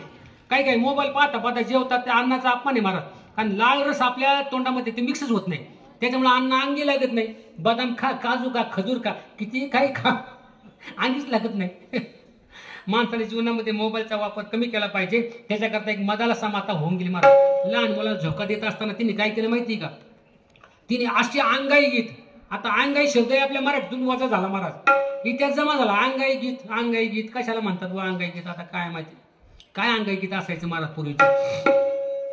निंबोनीच्या झाडा मागे चंद्र झोपला ग बाई, निंबोनीच्या झाडा मागे चंद्र झोपला ग, माझ माझ्या पाडसाला झोप का येत नाही, निंबोनीच्या झाडा मागे चंद्र झोपला ग बाई, निंबोनीच्या झाडा मागे चंद्र झोपला ग बाई, काय झोपली डोक्यात घरट्यात जीवदाई, गाई झोपली डोक्यात घरट्यात जीवदाई, वेळी सात वेळीवर झोपल्या जाई, मीठ पाकळ्या डोळ्यांचा मीठ पाकळ्या डोळ्यांच्या लागल्या अंगाई, आज माझं प्राण झाला झोप गाग येत नाही, निंबोनीच्या झाडा मागे चंद्र झोपला ग बाई, निंबोनीच्या झाडामागे चंद्र झोपला ग बाई, चंद्र झोपला ग बाई. देवकी नसेनी बाळा भाग्य यशोदेच्या भावी, तुझे दुःख घेण्यासाठी केली पदराची झोळी, तुझे दुःख घेण्यासाठी केली पदराची झोळी, जगा वेगळी ही ममता हो, जगा वेगळी ही ममता, जगा वेगळी अंगाई, आज माझ्या पाडसाला झोप का ग येत नाही, निंबोनीच्या झाडा मागे चंद्र झोपला ग बाई. याला म्हणतात अंगाई महाराज. ह्या अंगाई गीत होत्या पूर्वी. अंगाई गीत म्हटल्यानंतर कधी झोप लागायची कळत नसायचं. आई आपल्या मांडीवर घेतलं की थापडता थापडता झोपल्या. आता मोबाईल घेतला का ठेवला त्याच्या छातीवर, लावलं गीत, त्याचं गाणं लावलं का मुलगा झोपला होता त्या मोबाईलची, त्याला इतकी सवय लागली महाराज. परंतु त्या मदालासा एक माता होऊन गेली. त्या मदालासा माताने आपल्या मुलाला काय शिकव महाराज माहितीये का? लहान असताना 4 मुलांचा उद्धार केला त्या मदालासा माताने. मुलगा झालं का त्याला संस्कार करायचे, का त्याचा उद्धारच व्हायचा त्या मुलाचा. त्याला परमेश्वराची प्राप्ती करून दिली. ती मदाला सकाळी शिकवायची आपल्या मुलाला. ज्ञानेश्वर माऊलींनी तिचं वर्णन करावं महाराज. त्या मदाला समातेचं ज्ञानेश्वर माऊलींनी वर्णन केलं. मदाला समाता काय शिकवायची? हा दे नाशिवंत मळमूत्राचा गाभा, वरी चर्म घातले रे, कृमी कीटकांचा जादा, आरवर दुर्गंधी रे, आमंगलेचा साधा. हे स्मरेच्या हरिहरा, चरण जाई गोविंदा, पर्यंत बदलता सोहम तुझे बाळा. हे पर्यंत बदलता सोहम तुझे बाळा. ती मदाला असं म्हणायची, हा दे नाशवंत आहे, हा मळमूत्राचा बांधा आहे, वर चर्म घातले रे, कृमी कीटकाचा सांदा, रव रव दुर्गंधी रे, अमंगलतेचा सांदा. अरे द्यात काय आहे? सगळं सगळं घाणच आहे ना. वरच कातड एकदा काढून पहा, मग आतमध्ये काय आहे नाही का कळेल. वर फक्त कातड चांगलं आहे, वरून आवरण पॅकिंग चांगली दिली आहे, पण आतमध्ये मदाला श्री सांगावं आपल्याला, अरे या पॅकिंगला काय बोललास, काय बोलला अशी. उस डोंगा परी रसनो हे डोंगा, काय भुललासी वरली आनंदा, काय भुललासी वरली आनंदा, काय भुललासी वरली आनंदा. सुखोबा महाराजांनी सुद्धा सांगाव, काय भुललासी वरली या रंगा. वरल्या रंगाला बोलणारी माणसं बरीच महाराज. आजकालची पोरं वरल्या रंगाला बोलून आई बापाला सोडतात महाराज. काय बोललासी वरली या रंगा. मदाला समाधानी सांगितलं, अरे रवरव दुर्गंधी आहे, आम्यांगलचा सांदा आहे, काय नाही त्या देहामध्ये राहिलेलं. मग त्या मुलांनी काय करावं? त्या परमेश्वराच्या प्राप्ती करता प्रयत्न करावं. त्याला म्हणायचं, काय म्हणायचं?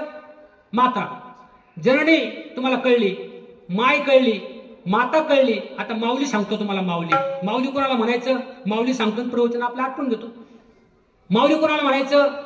माऊली आपल्या मुलाला बाला जन्म देते, आपल्या मुलाला लहानाचं मोठं करते, त्याच्यावर संस्कार करते, त्याला शिक्षण देते, सर्व काही ती आई त्या बाकीच्या प्रमाणे सर्व काही करते. स्वतःचा आत्मउद्धार करायला सुद्धा सांगते, परंतु स्वतःचा आत्मउद्धार करण्याबरोबर जगाचाही उद्धार कर. स्वतःचा तर करच कर, पण जगाचा सुद्धा तू उद्धार कर. त्यांना म्हणायचं माऊली महाराज, जगाचा उद्धार. अशा माऊल्या जगामध्ये आपल्या कितीतरी होऊन गेल्या महाराज. त्या माऊल्या झाल्या नसत्या तरी ज्ञानेश्वरी आपल्यापर्यंत आली नसती महाराज. ती रुक्माई एक माऊली होऊन गेली, माऊली होऊन गेली.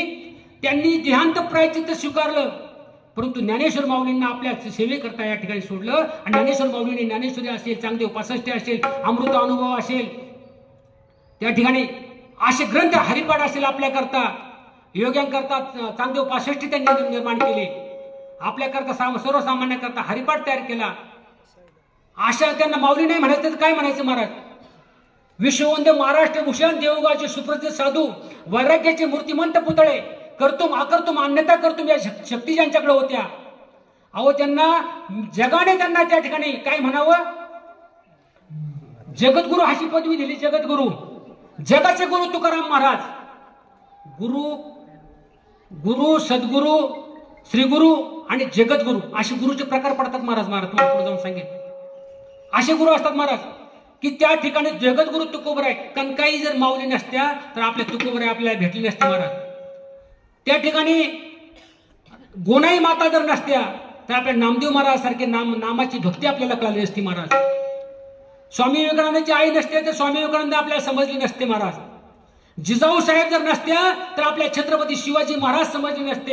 आपल्या आया बाप्यांचं कुंकू शाबित राहावं, आपल्या त्या ठिकाणी शेतांचं रक्षण व्हावं, आपल्या रयतेचं रक्षण व्हावं. आणि हातामध्ये घेतलेला घास तोंडामध्ये घालण्याची शाश्वती नव्हती.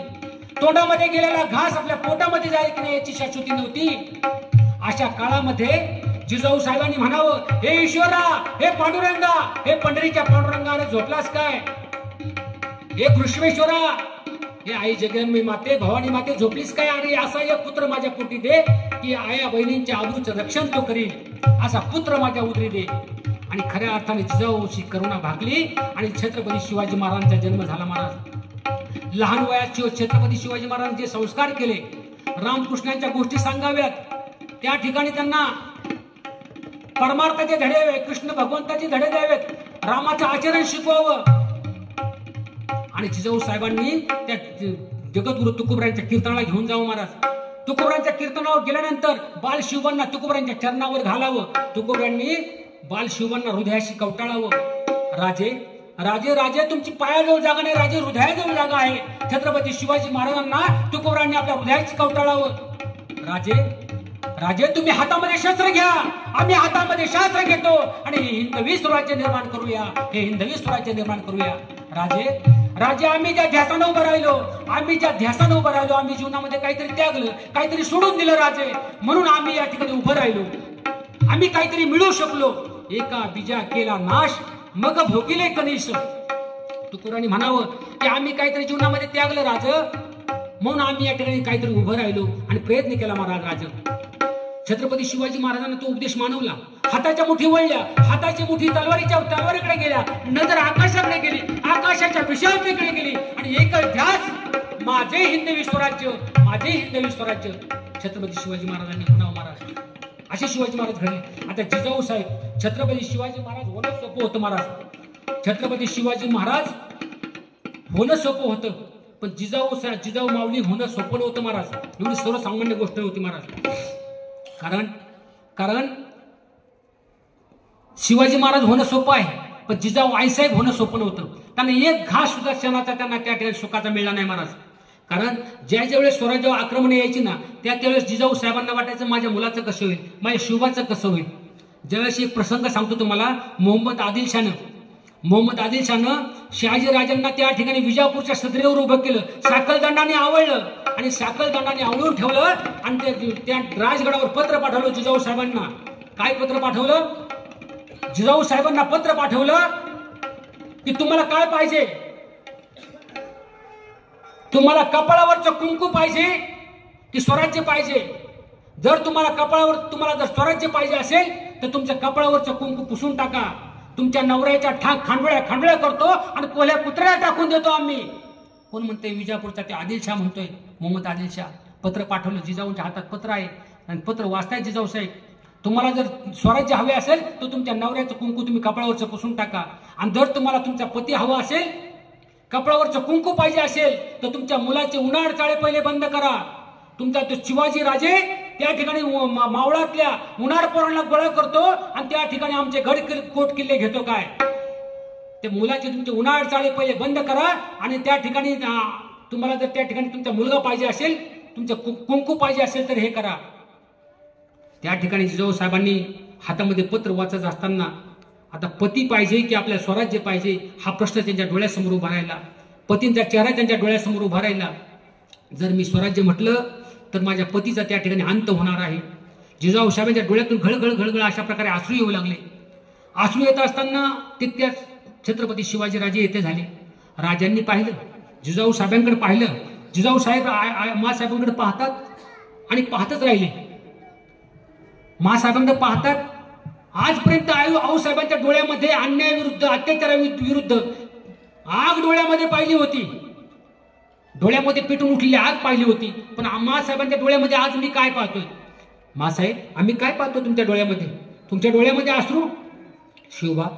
शिवबा तुला एक सांगू, नको ती मातीचे गडकोट किल्ले, दगड मातीचे किल्ले देऊन टाकते आदिलशाहला.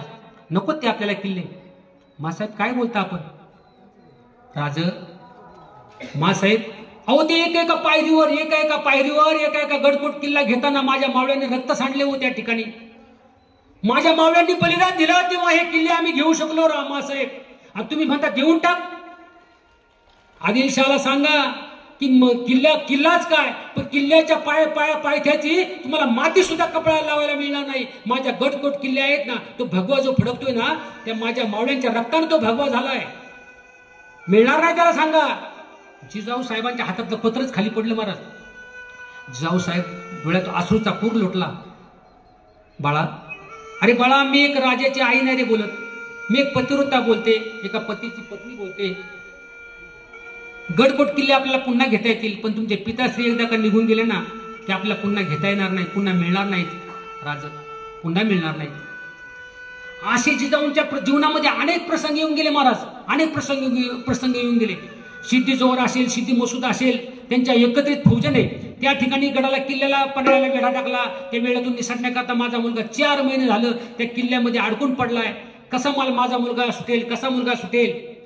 त्या पन्हाळ्याच्या वेड्यामध्ये असताना आपला मुलगा आता वाचू शकत नाही. 4 महिने त्या सिद्धी जोहर, सिद्धी मसूदच्या वेढ्यामध्ये अडकून पडलाय. आता कसा सुद्धा मुंगीला सुद्धा आतमध्ये जाता येत नव्हतं आणि मुंगीला बाहेर येता येत नव्हतं. अशा प्रसंगाला आपला मुलगा अडकून पडलाय. आता त्याच्यातून सुटेल कसा? काय झालं असं जिजाऊ साहेबांचे 4 महिने? त्या आईला एक घास तरी गोड लागला असेल का राजगडावर? जिजाऊ, मी सांगतो शिवाजी महाराज होणं सोपं, पण जिजाऊ साहेब होणं खूप अवघड झालं होतं. ती माऊली होणं खूप अवघड होतं महाराज. म्हणून असे प्रसंग जिजाऊ साहेबांच्या जीवनामध्ये खूप आले महाराज. ज्यावेळेस प्रतापगडच्या पायथ्याशी अफजल खान नावाचं वादळ आलं, खूप अशी मोठी सैन्य घेऊन आलं. त्या ठिकाणी हिंदूंची देवळं पाळत आलं, पण त्या ठिकाणी तुळजा भवानी माताचं मंदिर फोडलं, मंदिराचा कळस फोडला, तुळजा भवानी मातेचं त्या ठिकाणी मूर्ती फोडण्यात आली, आपली हिंदूंची मंदिरं पाडली. आणि प्रतापगडच्या पायथ्याशी आल्यानंतर त्या ठिकाणी प्रतापगडच्या पायथ्याशी त्या खानाला भेटायला जायचंय, अफजल खानाला. काय त्या जिजाऊंच्या जीवनामध्ये झालं असेल महाराज? काय प्रसंग आला असेल? माझा मुलगा त्या काळाच्या विळख्यामध्ये जातोय, एवढा मोठा धिप्पाड पार घेतली अशी वाकवायचा, आणि त्याला भेटायला माझा बाळ जातोय. जिजाऊ साहेबांच्या मनात काय झालं असेल? जिजाऊ साहेबांचं ज्यावेळेस दर्शन घेतलं आणि राजे ज्यावेळेस दर्शनला गेले ना, त्यावेळेस राजे जात असताना त्या मासाहेबांच्या जीवनामध्ये झालेली शशी वरपट, त्यांच्या जीवनामध्ये झालेले त्यांचे हाल, जिजाऊ साहेब मला सांगायचे की राजा होणं सोपं होतं महाराज, परंतु जिजाऊ साहेब होणं खूप अवघड. म्हणून अशा मावल्या जगामध्ये झाल्या की त्यांनी आपली मुलं या स्वराज्याकरता, या स्वातंत्र्याकरता, सुभाषचंद्र बोस असतील, त्या ठिकाणी बाबू घेऊन असेल, भगतसिंग असेल, सुखदेव असेल, राजगुरू असेल, 22 वर्षाची मुलं फासावर गेली महाराज. ते मुलांना फासावर जात असताना त्या आयांना काय झालं असेल?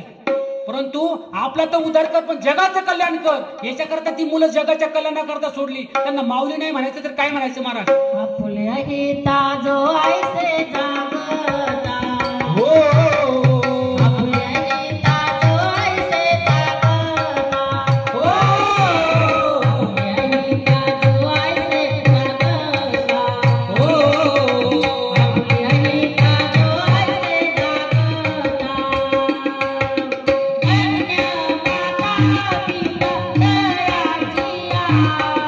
धन्य माता पिता दयाचिया, धन्य माता पिता दयाचिया, धन्य माता पिता दयाचिया, धन्य पुत्र होती जे साथी ग,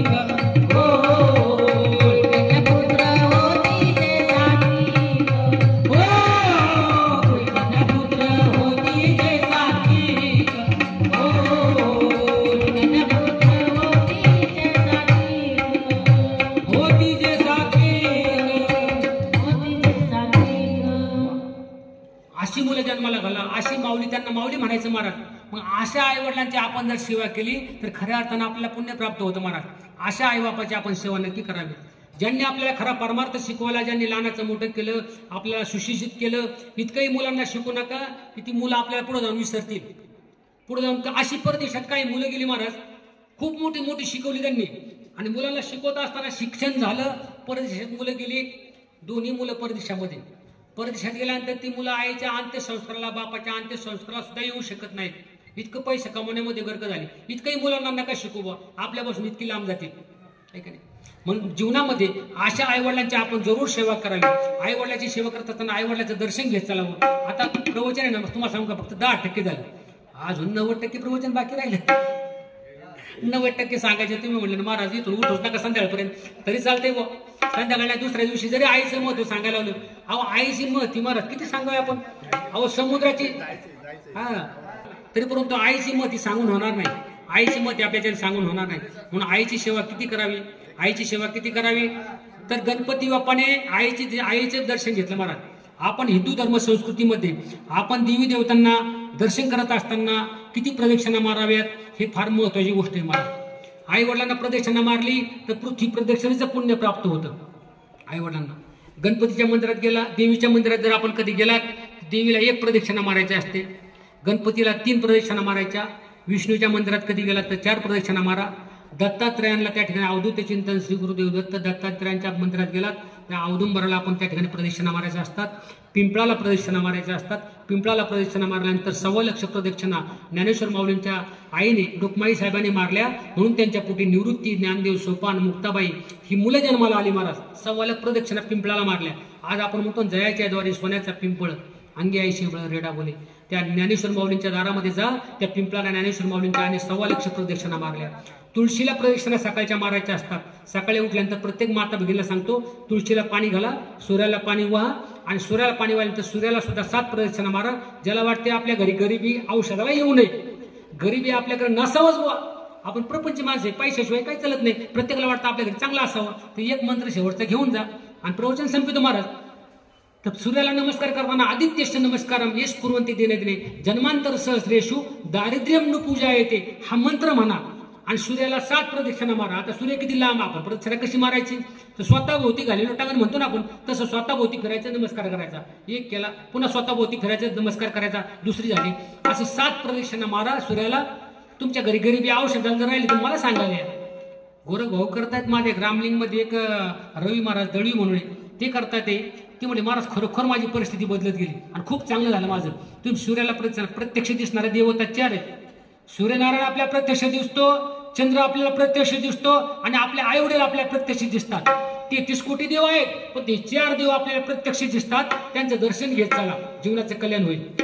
आई वडिलाच्या दर्शनामध्ये इतकं महानता दडलेली आहे, तर प्रत्यक्ष गणपती बाप्पाने आधी लग्न कार्तिकीचं करायचं का गणपतीचं करायचं, म्हणून त्या ठिकाणी प्रदक्षिणा मारत असताना गणपतीने आपल्या मुंद्राचं वाहन गणपतीचं, कार्तिकीने मोरावर प्रदक्षिणा मारायचा प्रयत्न केला, परंतु मोराचं वाहन घेऊन कार्तिक पृथ्वी प्रदक्षिणाला निघले आणि गणपती बाप्पाने फक्त आई वडिलांना प्रदक्षिणा मारली आणि त्या ठिकाणी पृथ्वी प्रदक्षिणेचं पुण्य प्राप्त झालं. रावणाला आई कळली, रावणाला, पण आपल्याला नाही समजली महाराज. समजलं का? रावणाला आई कळली पण आपल्याला नाही समजली, आणि आपल्याला जर आई समजली असती तर देव आपल्या घरी नसतं का आला आतापर्यंत. पुंडलिकाला जसे भगवंताने पुंडलिकाने आई बापाची सेवा केली आणि प्रत्यक्ष ज्याने विश्व निर्मिले महर्षी देवा संस्थापिले, तो देव प्रत्यक्ष पुंडलिकाच्या दारात आला. पुंडलिका, अरे तुझ्या आई बापाची सेवा पाहून मी धन्य झालो, तुझ्या दारामध्ये आलो, काय आई बापाची सेवा केली तू. आपल्याकडे जोपर्यंत हा देव येत नाही ना, समजायचं आपली आई बापाची सेवा नापास. आई बापाची सेवा आपण चांगली करत नाही असा अर्थ होतो त्याचा. आई बापाची सेवा, गणपती बाप्पाने प्रदक्षिणा मारली आणि त्या ठिकाणी पृथ्वी प्रदक्षिणेचं पुण्य प्राप्त झालं. रावणाने सुद्धा काय केलं, एकदा त्याची आई नाराज होऊन बसली होती. आईला म्हणलं, आई तू नाराज का बसली. कोण म्हणते, रावण म्हणतो, रावण. तर रावणाला आई म्हणते, कैकशी माता म्हणते की बाळा काय झालं सांगू का, मी इथं लिंग बनवत बसली होती, लिंग बनवताना समुद्राची लाट आली, सगळी लिंग वाहून गेली. म्हणले आता काय करायचं. अरे म्हणले, लिंग आई तू कशा करता बनवत होतीस. अरे बाळा, हे लिंग जर ह्या जन्मात बनवले ना तर पुढल्या जन्म आपल्याला काय मिळतं, कैलास पर्वताची प्राप्ती होते, कैलास आपल्याला प्राप्त होतो. आई कैलास पुढल्या जन्मात कशाला, मी आता आणून देतो. रावण होता तो महाराज. रावण आईला मला काळजी करू नको. रावण गेला कैलास पर्वतावर आणि कैलास पर्वत त्यांनी 20 हाताने उचलला महाराज. किती हाताने, 20 हाताने कैलास पर्वत उचलला. नंदी घाबरला, शिवगण घाबरले, ते कैलास पर्वत असा डोलू लागला. म्हणजे काय होतंय, कैलास पर्वत कोण उचललं. खाली पाहिलं, एक राक्षस म्हणजे राक्षस उचलतोय. भगवान शंकरांनी डोळे मिटून घेतलेले. आता भगवान शंकरांचं काय चाललेलं, भजन करी महादेव राम पूजी सदाशिव. त्यांचं रामाचं भजन चाललेलं भगवान शंकराचं. डोळे उघडले, शिवगण म्हणतात अहो पर्वत हालतोय. भगवान शंकरांनी फक्त असा हात दाबला महाराज, हात खाली. हात दाबल्याबरोबर कैलास पर्वत खाली बसला. रावणाची बोटं अडकली ना त्याच्या खाली, कायच्या खाली, कैलास पर्वताखाली. रावणाला बोंबलायला म्हणलं आता हात कसा निघायचा, कारण त्या पर्वताखाली हात गुंतलीत रावणाची. रावण हुशार होता महाराज, रावणासारखा भक्त नाही महाराज. आपण काय रावणाला नाव ठेवाय महाराज, रावणासारखा भक्त नव्हता. एक कमळ कमी पडलं तर त्याने शिरकमळ देवाला भगवान शंकराला वाहिलं होतं. आपलं मुंडकं वाहिलं महाराज देवाला, शिरकमळ वाहिलं. आपण काय देवाला थोडंसं रक्त येऊन देत नाही, थोडासा त्रास घेत नाही. असा रावण होता महाराज. त्यांनी काय केलं, रावणाने त्या ठिकाणी शंकराची स्तुती करायला सुरुवात केली महाराज. स्तुती करायला सुरुवात केली. जटाटवी गल जल प्रभापा विकस्तले गले उलंबे लंबिका माली डमड डमड डमड निनाद वड्डमर्वय चकार कंड कांडवं तनोतु शिव शिव शिव शिव जटाकटाः संभ्रमं भ्रमण निलिम्ब निर्जर विलोल वीचिवल्लर विराजमान मूर्धन धग धग धग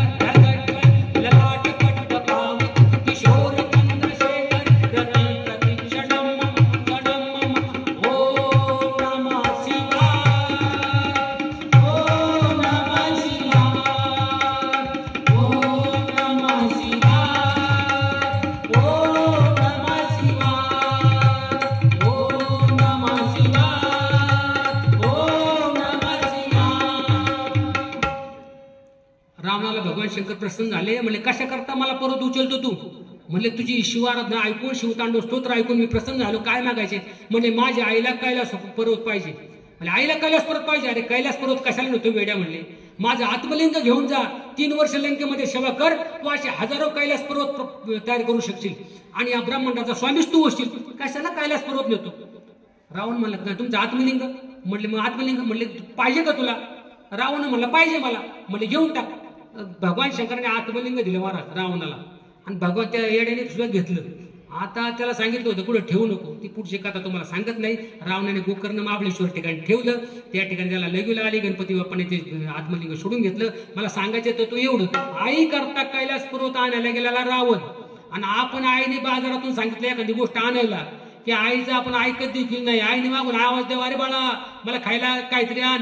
मेल्यावरती रडतो कशाला, उगीच ताण नको देऊ घशाला. असं यायचं आपलं महाराज. म्हणून आईने आपला जन्म दिला आणि लहानाचं मोठं केलं. आणि आई कशी असते, आई कशी असते, आई कशी असते महाराज, आईच्या बद्दल माया कशी असते. ताई एकदा आईच्या